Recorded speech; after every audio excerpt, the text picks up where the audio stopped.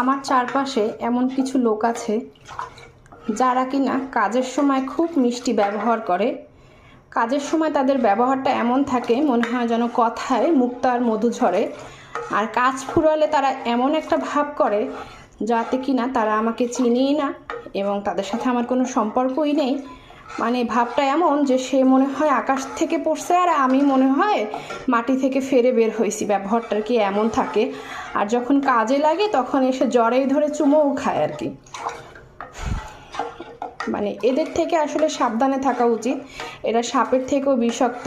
একটা কথায় আছে না, কাজের সময় কাজী আর কাজ ফুরাইলে পাজি, তা এরা হয়েছে এরকম, মানে কাজের সময় কাজী আর কাজ ফুরাইলে পাজি, অসভ্য আর কি। তো আমার এই কথাটা আসলে আমি আমার রক্তের সম্পর্কের মানুষ বা আমার আত্মীয় মানুষের মধ্যে বলিনি, কেউ গায়ে টেনে নেবে না, এটা আমি আমার বাইরের সম্পর্কে, বাইরের দুনিয়ার মানুষের সাথে, মানে মানুষের সম্পর্কে কথাটা বলছি। এরা মানে দুমুখো সাপের মতো, এত স্বার্থপর, এত নির্লজ্জ, মানে এদের ব্যবহার ব্যাখ্যা করে বলার মতো ভাষা হয়তো আমার নেই। এরা এতটাই খারাপ, জঘন্য, সি এদের মতো মানুষের উপরে থু ফেলা তো ঘৃণা লাগে।